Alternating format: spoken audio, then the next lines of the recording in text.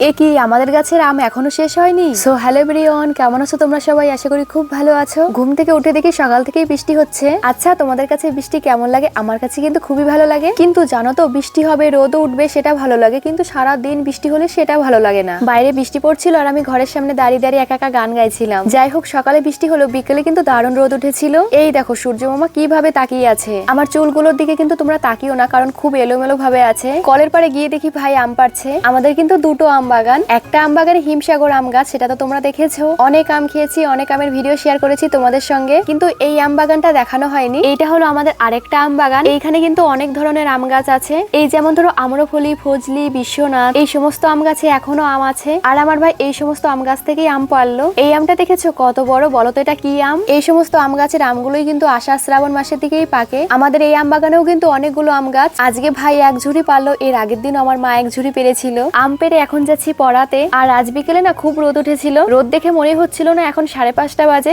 এবার চলো তোমাদের কিছু কমেন্টে রিপ্লাই দিই। এই কমেন্টগুলো তোমরা একটু ভিডিও পজ করে পড়ে নিও, কারণ কমেন্টগুলো অনেক বড়, তো পড়তে একটু সময় লাগবে। সবাই ভালো কমেন্ট করে, কিন্তু একটা ভিডিওর মাধ্যমে কি সব কমেন্টে রিপ্লাই দেওয়া যায় বলো? রাগ করো না, তোমাদের কমেন্টও আমি ভিডিওর মাধ্যমে অবশ্যই রিপ্লাই দেবো। সুমন ও সাথী, তোমাদের অনেক অনেক ভালোবাসা। আজকেও ছিল আমার এক ছাত্রীর জন্মদিন। যেই দিন জন্মদিন সেই দিন আমাকে বলেছে, তাই খালি হাতে আমাকে আসতে হয়েছে, কারণ আমাদের এখানে কোনো গিফটের দোকান নেই। ওর গিফট আমি অর্ডার করে দিয়েছি, চলে আসলে তোমাদেরকে আমি অবশ্যই দেখাবো। তো ভিডিওটা কেমন লাগলো জানিও। দেখা হচ্ছে পরবর্তী কোনো ভিডিওতে, ততক্ষণের জন্য টাটা, ভালো থেকো সবাই।